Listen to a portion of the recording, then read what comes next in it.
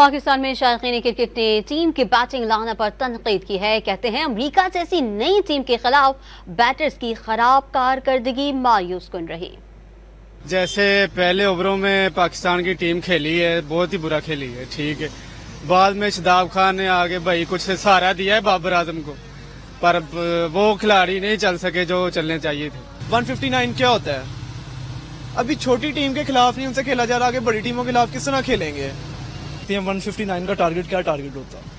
अब इस टीम के आगे पाकिस्तान परफॉर्म नहीं कर सका, आगे बड़ी टीमों के आगे खाक परफॉर्म करेगा? आप मुझे खुद बताएं।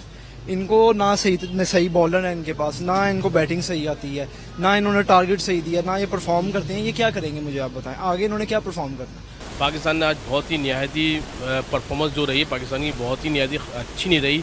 और आज जो शायकीन क्रिकेट हैं बड़ा दिल बर्दाश्ता हुए हैं।